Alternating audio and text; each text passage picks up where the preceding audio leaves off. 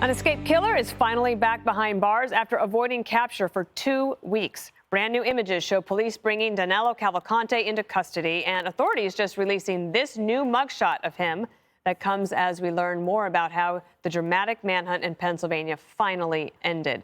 Cavalcante left battered and bloodied in a stolen Eagles hoodie after an elite Border Patrol group from El Paso known as BORTAC teamed up with state police to take him down. They used thermal technology to track his movements and then unleashed a canine in the morning to sniff out and subdue the brutal killer.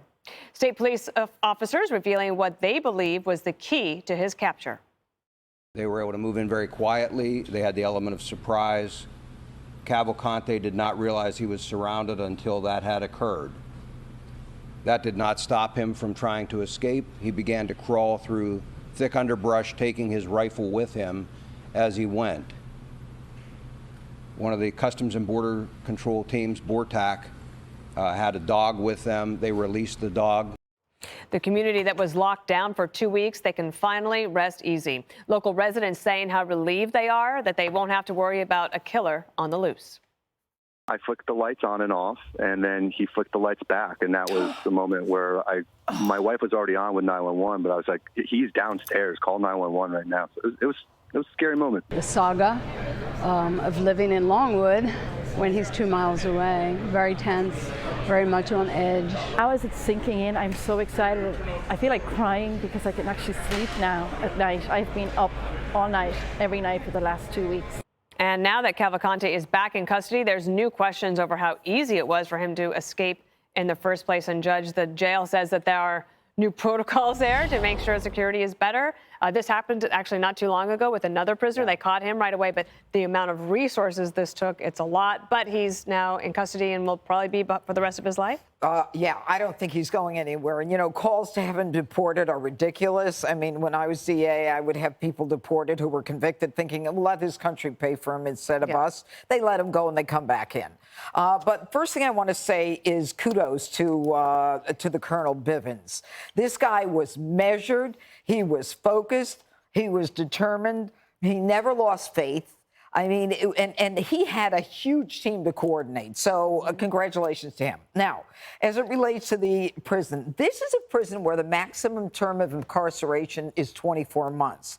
So it really is like a county jail. Yeah. And they're held there until they're moved to the state prisons. But we've seen a lot of problems in these county jails or facilities like Rikers, where everyone was asleep when Jeffrey Epstein, apparently, I was thinking of you, Jesse. Oh, supposedly killed himself. Look, there's got to be a new requirement. There's new technology in place. The guy that was on the watchtower, he got fired. But, you know, people get comfortable when they're on a job for 15, 18 years. And we've got to test, retest, and continue to make sure that they are doing their job correctly. But I think that the biggest story here is not just the resolution of the people who they just said they were tense, on edge, they didn't sleep, the schools were closed. This is a guy that we knew had killed someone. He was illegal. When he came into this country, we didn't know that he killed someone in Brazil. All right. But every day in this country, people are coming in from other countries about whom we know nothing. We know nothing. We don't know their backgrounds. We don't have their fingerprints. Even the attorney general in the state of Florida had to go to court to get the Biden administration to stop releasing illegals en masse into the interior without our knowing who they are. So how many more are there from other countries? That's my concern. But now that it's all said and done, congratulations. We saw firsthand how law enforcement works well and works well together. And for all you people who want to defund the police, just talk to the people who were worried about police not being there when he was around. Yeah, you want the police at this point. Oh, I disagree completely with everything you just said. First of all, Dana, I question whether it was a stolen Eagles hoodie. This guy is a multiple killer maniac. In Philly, that's an Eagles fan. So I am happy he was caught. He is a jerk. He drank all my Ovaltine and he hugged all the blankets. But I do not get the outcry over this at all. True, he's illegal, but America is a melting pot, and that includes killers, right? It's not like he voted for Trump, Dana, you know? And I get it. He's a violent reoffender, But since when in the last 3 years did that really matter? Every major city has released a slew of violent reoffenders who went on to beat, to rape, and kill under the Trojan horse of prison and bail reform. We were promised that that would only affect nonviolent offenders, and we were lied to. And I'm disgusted, Dana, that they sent the evil police after this guy when clearly social workers could have handled this.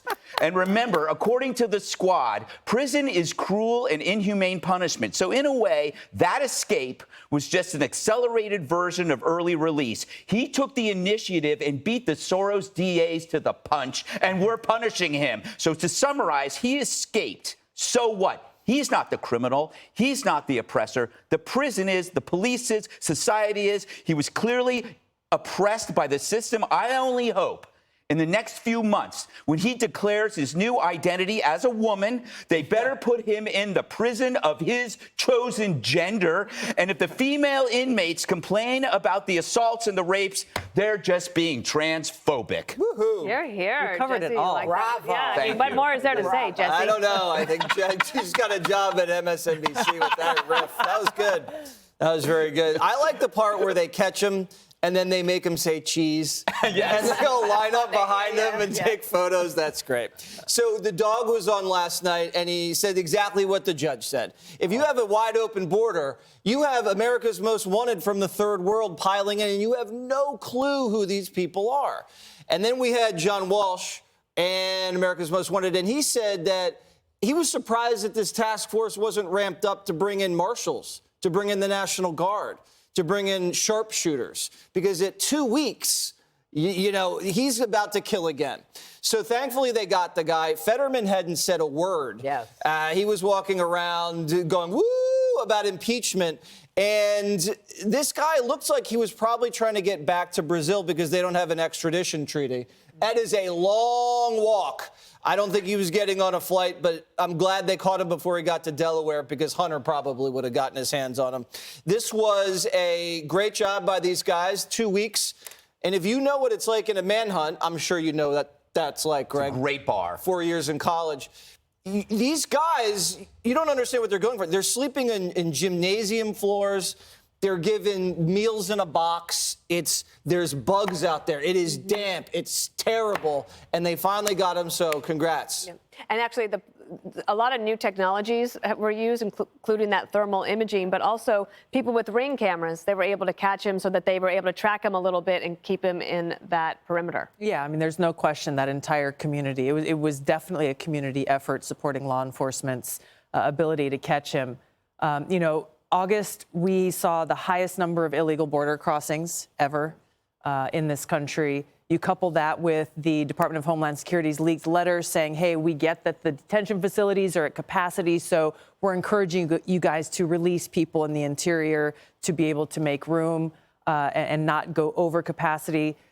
President Biden's open border policy is no different from his policies domestically to not prosecute criminals. So you're seeing over and over, basically, it's an undermining of the rule of law. This president doesn't care about the safety and security of the American people, is unwilling to enforce even the laws that actually exist to protect the American people, and ultimately, therefore, is de facto taking the side of criminals, human traffickers, and the cartels. And the American people, these communities, are the ones who suffer as a result.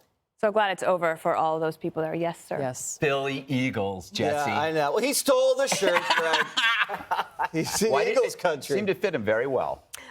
Well, and then they cut it off, and that was some good TV. We watched it this morning. All right. Hi, everyone. I'm Brian Kilmeade. I want you to do me a favor. I want you to click to subscribe to the Fox News YouTube page. This is the only way that I know for sure that you're not going to miss any great commentary, any great news bites, any great interviews coming your way on Fox. You can get it all here on YouTube. So subscribe right now.